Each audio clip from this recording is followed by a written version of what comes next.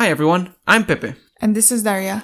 And welcome to Everything is Sustainability. We are two professionals in the field of sustainable development.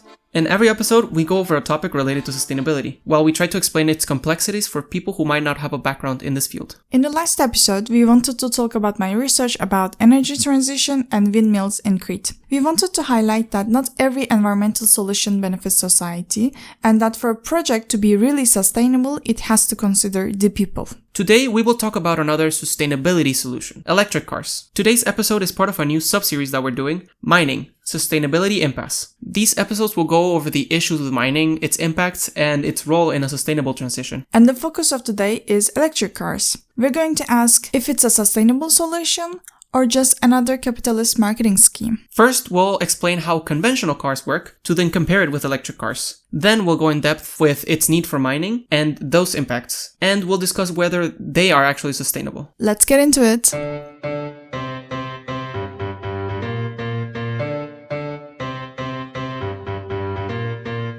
So, tell me, Pepe, what's wrong with conventional cars? Well, conventional cars have a lot of issues, of course, but the two biggest ones in terms of sustainability would be, number one, that they are really inefficient in that they use internal combustion engines. And these internal combustion engines only transform about 20 to 30% of the energy that you get from the gasoline, from its fuel, into movement. Whoa. So, in reality, you lose a lot of the energy that you put into the car in just the form of heat. It goes out in the exhaust.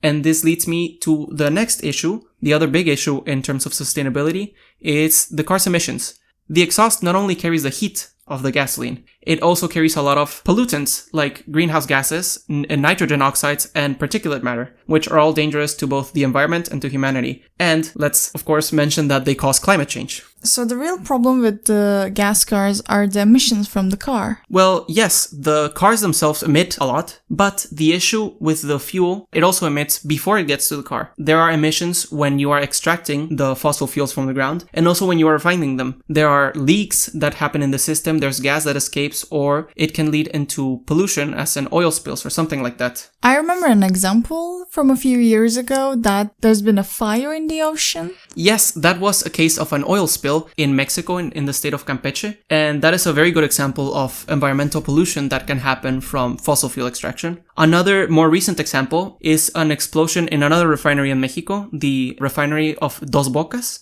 where an explosion led to the deaths of several people, as well as the hospitalization of many others and the evacuation of people from the local town. So the impacts are not only environmental, but also socially.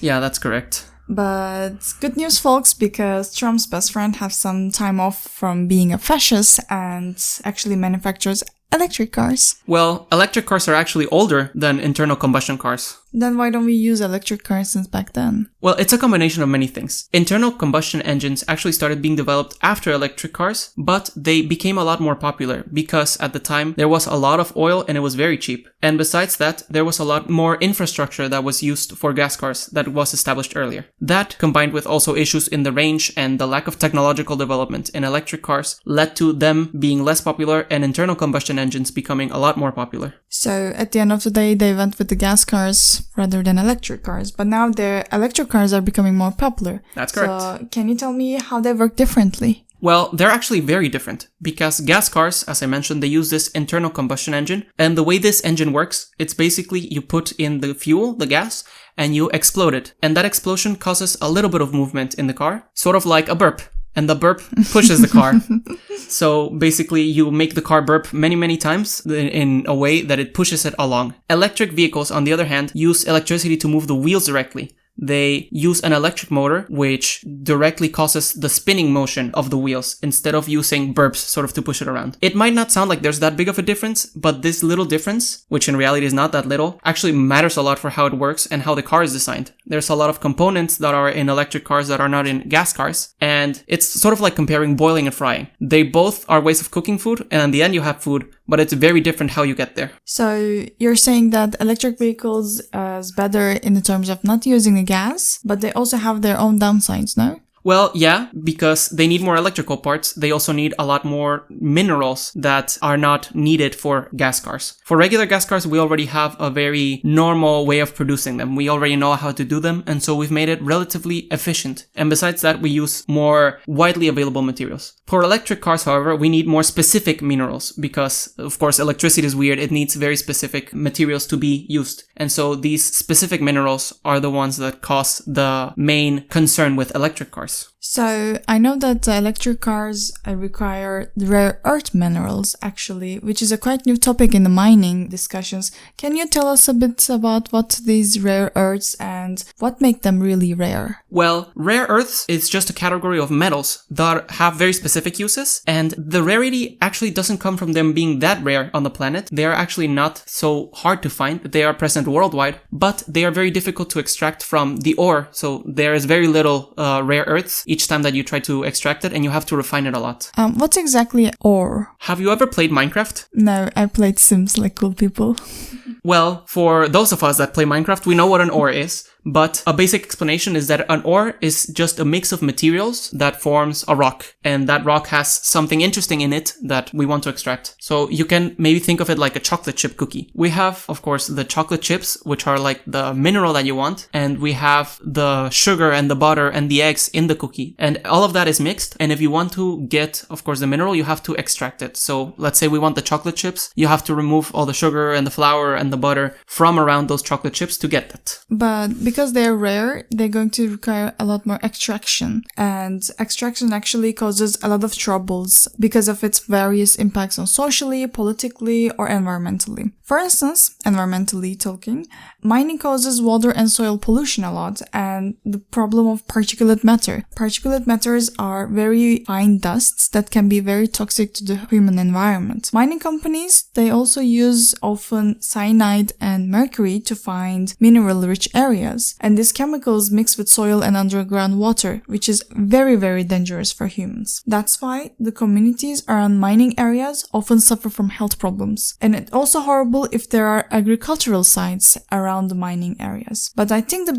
biggest environmental impact of mining should be the deforestation. Yeah, and not only that, of course, there are a lot of environmental and social issues. There are also political issues with where the minerals are distributed, where you can find them on Earth, and also with who processes them. Particularly now with rare earth metals, there is an inequality in the distribution of where they are and who processes them. I think I know that 80% of rare earths are controlled by China in the manufacturing and extraction, which causes political tension between China and the rest of the world. Yeah, so since China has a control over the processing of these rare earth metals, they are the ones that have the most access, and so increasing to electric vehicles, where we would need more of these rare earth metals, lead to more impacts because you need more of these rare earth metals. So in the electric cars, it's the batteries who require most of the mining, right? Well, yes, specifically for these new minerals. A lot of the batteries, they are, of course, heavy and complex parts of an electric vehicle. They are the heaviest part of electric vehicles, and they also need very specific elements to work, and a lot of them too, because they are made out of a lot of mass. And we also need to change them quite often, though. Actually, not so much. It might have been the case when electric vehicles first started, when battery technology was not as advanced, but now battery technology has improved a lot more in the last years, so much so that the life cycle of an electric car battery would be around 15 to 20 years. So by the time you need to replace the battery, you most likely will be replacing the entire car already. But then why do we keep saying that we need to change the batteries quite often? Why did I hear that? Well, it most likely could be from the fossil fuel lobby. Of course, they want you to keep buying gas, and for that you need to have a gas car. So if you have a gas car, you keep buying gas, and that is how the fossil fuel companies make money. With electric cars, they do not make as much money. However, they still make from electricity generation, since a lot of the world still depends on gas and fossil fuels for its electricity generation. But in my mind, it makes more sense that EV companies and battery companies are benefiting from the so-called lie, because gas cars, you keep buying gas after you bought the car, but in the case of EVs, you just buy the car, and from that, you simply stop buying anything from those companies anymore. You can, yes, buy electricity, but especially if you have a solar panel at home or something, the electricity what you're feeding to car is basically free. The issue here is that yes, it's true, EV companies also have participated in this, but you need to realize that EV companies are also car companies. Most EV companies also manufacture gas cars. So, of course, they sell you this idea that, oh, you need to change the battery every so often. And if you are in favor of electric vehicles or you want to buy an electric vehicle, you see it as, oh, that's a necessary part, so you just change the battery. If you are against electric vehicles, you see it as another negative point and you go for a gas car and you still support the fossil fuel industry. So the car company still wins in the end. So there's one lie that benefits both parties. Yeah, basically. Okay. Capitalism. At the end of the day, the goal is consumers to consume regardless of the question of the need. Well, yeah, they want us to buy more, but while neither option is perfect, there is, of course, the matter of choice and choosing the option that is less worse between these two. So tell me then, which are the less worse, gas cars or electric cars? Well, there are issues with both gas cars and electric cars, but in my opinion, electric vehicles are less worse. Not necessarily better, just less worse, because most of the negative points that they have can be countered actually. For example, in mining, of course, EVs need a lot more rare earths, and that leads to an increase in mining, and that leads to, of course, also an increase in environmental impacts. With the normal mining, the impacts are still horrible, but they're relatively local or regional. But with the rare earths, there are political tension that's going on that actually can lead to wars that's going to affect the world on a global scale. Of course, this is a negative point of EVs, but as a counterpoint, gas cars also have all of these issues with their fuel, because, of course, they need a lot of gasoline, and they need the extraction and refining, and those can have, of course, local and global impacts in environmental terms. Of course, they produce greenhouse gases, and they emit a lot more, and they also lead to local pollution. But it can also cause political tensions, as it happened in Venezuela or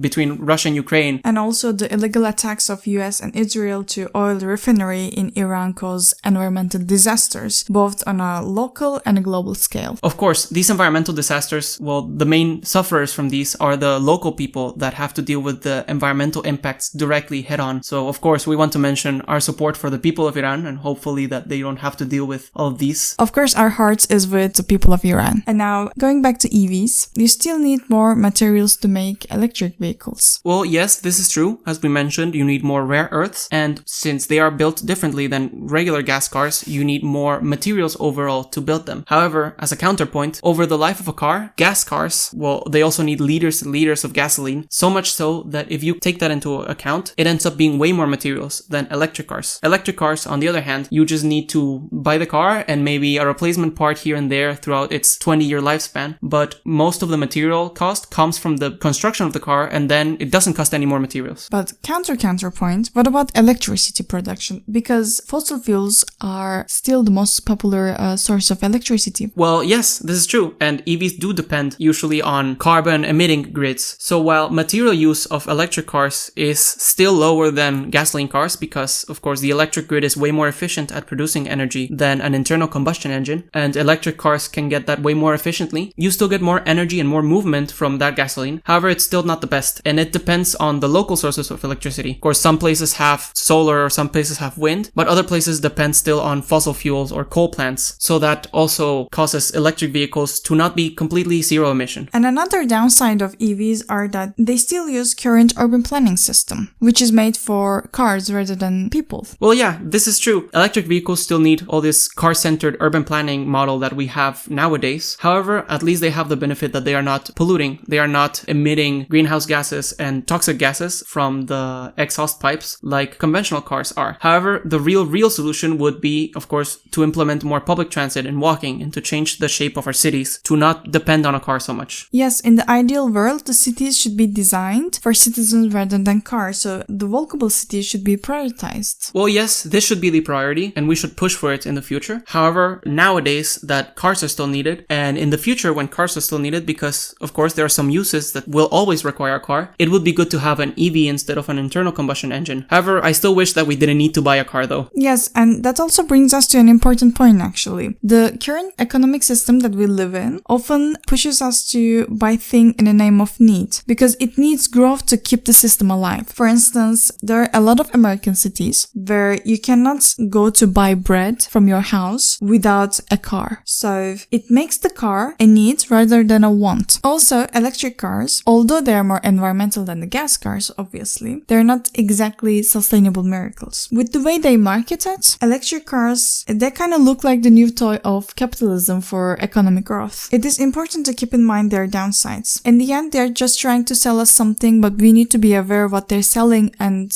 know that there is no single solution for sustainability. Of course, as we said before, EVs are a part of the solution. They're one tiny little piece, but it's not the central piece. For a real sustainable transition, we need more drastic changes. We need more structural changes that actually lead to the implementation of sustainability in a more central way in our society. We don't need to keep growing. We don't need to keep consuming or extracting for us to keep living so that we can actually be truly sustainable. And so we come to the end of our third episode. Thank you for listeners, and if you are new, please consider giving us a like, a comment, or subscribe if you liked our voices. As always, we publish a new episode every 6 weeks on Spotify, YouTube, or on the website of Orimag. And with that, we are your friendly neighborhood sustainability buddies, and we look forward to seeing you in the next episode. Bye-bye. Bye.